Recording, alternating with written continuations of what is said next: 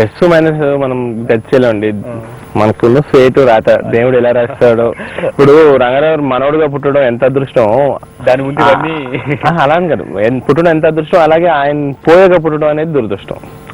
ఆయనతో స్పెండ్ చేయలేక. కానీ ఏదో ఒక అదృష్టాన్ని ఇస్తారు కానీ అన్ని ఇచ్చేస్తుంది నేను ఒక్కనే గొప్ప ఇవ్వను. ఓకే, ఈ ఫ్యామిలీ మ్యాటర్స్ అన్ని పక్కన పెడదామండి. ఒక కార్ చాలా బాగుంది, బాగా డిజైన్ చేస్తారు, మిస్టర్ 7 అని చెప్పి. సో ఈ కార్ ని మీరు సినిమాలో డైరెక్ట్ గా యూజ్ చేస్తారంటే కూడా కదా ఒక సన్నివేశంలో. అంటే కథ ప్రకారం we wanted very good car అండి. It has to race around, అలాగే it has to be costly car. ఇలాంటి పాయింట్స్ చాలా ఉన్నాయి. సో దానికోసం తీసుకోవడం జరిగింది. ఫస్ట్ లో we thought we will use dupe car. ఒక అంటే క్లైమాక్స్ సీక్వెన్స్ ఒక లారీతో ఒక చిన్న యాక్షన్ సీక్వెన్స్ ఉండింది.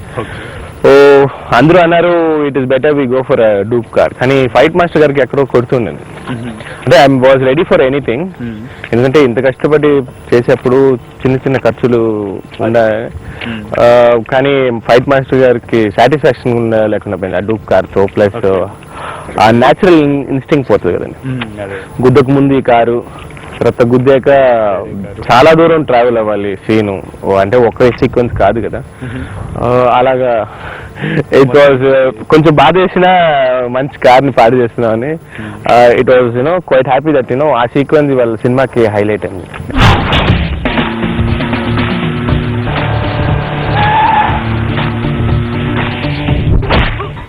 ఎనీవేస్, ఒక మంచి అంటే సినిమా మీద మీకు ఎంత ఇంట్రెస్ట్ ఉందో దీంతో చెప్పవచ్చు. అంటే ఆ చిన్న ఖర్చు కోసం ఆలోచిస్తుంటే వి థాట్ ఫీల్ ఎక్కడో మిస్ అయిపోతామేమో. Lot of cheating has to be done. ఏమైనా ఒకటే ఖర్చు అండి. ఏంటంటే కొంతమంది ఎందుకో చేయరు. We went. ఇప్పుడు మన హాలీవుడ్ ఫ్లిక్స్ అని తీసుకుంటే they use the real cars. దానికి సేఫ్టీ ఫీచర్స్ చూసుకుంటారు. It was lucky enough that మేము ఇది వాడుతున్నాం. కొంచెం బాధ వేసింది ఫైట్ మాస్టర్ అసిస్టెంట్ కి చెయ్యి ఎరగడం. But still it was happy.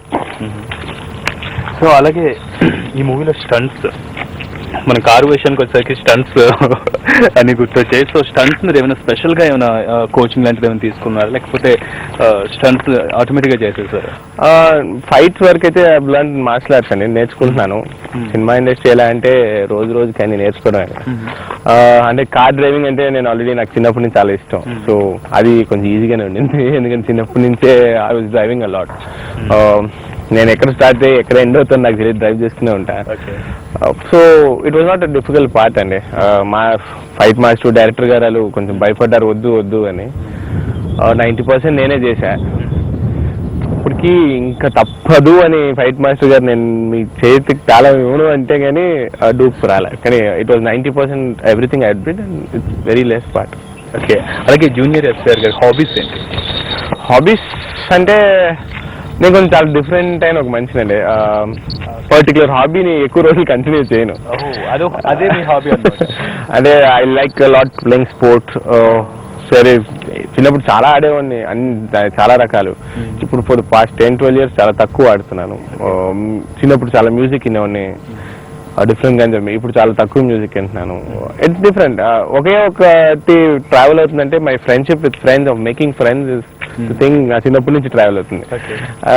మిగతా అలా వచ్చిపోతున్నాయి.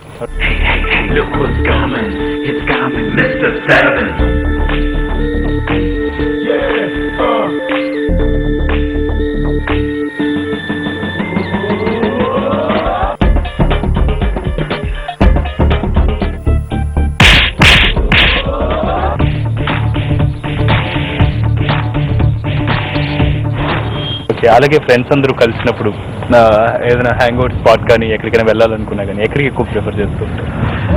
ఇక్కడ అక్కడ ఏం లేదండి. చాలా వరకు మెడ్రాస్ లో ఉన్నప్పుడు అయితే మా ఇల్లే. హైదరాబాద్ వచ్చేసాక లాట్ ఆఫ్ ప్లేసెస్ అండి. మేమంటే we get together a lot. Evenings, Saturdays nights, pubbing, everything is there.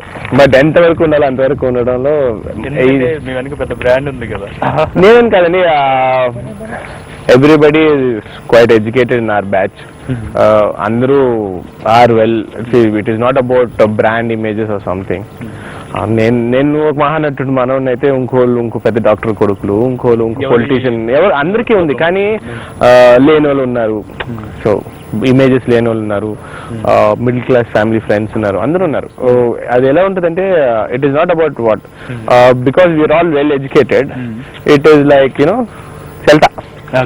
ఎంతవరకు స్కూలింగ్ కానీ ఇదంతా ఎక్కడ జరిగింది? స్కూలింగ్ అనేది చెన్నై అండి.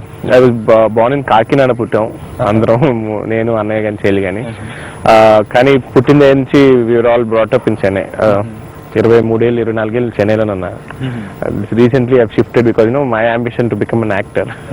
నేను ఇటు వచ్చేసాను.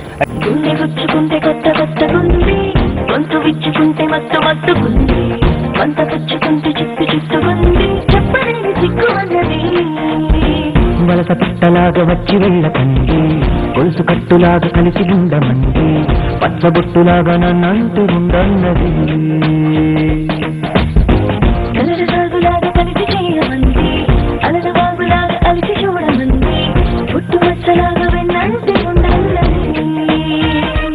మన అంటే అప్పుడు యాక్టర్స్ అందరూ చెన్నైలో ఇండస్ట్రీ ఉండేవాళ్ళు. ఇప్పుడు యాక్టర్స్కి ఒక ప్లస్ పాయింట్ ఉంది ఏంటంటే తమిళ తెలుగు రెండింటిలో చేయగలిగే లాంగ్వేజ్ బాగా వస్తుంది కాబట్టి రెండింటిలో అలా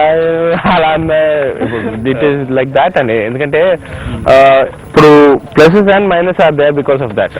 ఇప్పుడు take in my point of వ్యూలో మా తాతగారు వాళ్ళు ఉన్నప్పుడు అక్కడ ఉంది ఇండస్ట్రీ. సో ఆయన పోయాక అక్కడే మేము ఉండిపోయాం. నేను ఇక్కడ రాలేపోయా. ఆయన చనిపోయి 38 సంవత్సరాల తర్వాత మేకింగ్ అ ఫిలిం. సో రకరకాల కారణాలు ఉంటాయండి. చాలా మంది షిఫ్ట్ అయిపోయారు, వాళ్ళ చైల్డ్హుడ్ అక్కడ స్పెండ్ చేశారు. నేను ఆల్మోస్ట్ టీన్స్ అయిపోయి 20s వరకు అక్కడే ఉన్నాను. 20s లో ఇక్కడికి వచ్చాను. సో ఆ గ్యాప్ ఉంది. It is not like that అండి. ఎందుకంటే ప్రతి చోట అన్నీ ఉంటాయి. So it is like that. అందుకే plus and minuses were. Okay. అలాగే మీకు టాటూయింగ్ అంటే బాగా ఇంట్రెస్ట్ అంటే టాటూస్ చాలా కనిపిస్తున్నాయి. అది ఒక చిన్న హాబీ టైప్ అండి. I'm little on that. So చెప్తారు అంటే టాటూస్ కూడా ఏంటంటే అలానే ఉంచేస్తారో మారుస్తూ ఏమైనా ఉంటారు? అది హాబీస్ మారుతూ ఉంటాయి కదా. ఈ విషయంలో ఏమైనా టాటూ నచ్చలేదంటే ఇప్పుడు ఎలా అని? అది ఇంకా ఇప్పుడు ఏం చేయలేము. ఇట్ ఈస్ లైక్ దట్ అండి. అంటే ఇప్పుడు ఐ లైక్ ఓంకారం అంటే నాకు చాలా ఇష్టం. ఓకే. సో అందుకని ఐ హావ్ ఓంకారం. ఓకే. సూర్యుడు అంటే ఇష్టం. So it is all like that. This is normal thing. This is theme based tattoos అన్ని వేసేయకుండా. ఏం లేదు, this is my daughters name. So ఇవన్నీ పెద్ద విషయం కాదు. ఫ్యూచర్ ప్రాజెక్ట్ ఫ్యూచర్ ప్రాజెక్ట్స్ అంటే అదే చెప్తున్నా కానీ we not at zeroed in on certain thing. జరుగుతూ ఉంది. So it is like that. పెద్దగా పలానా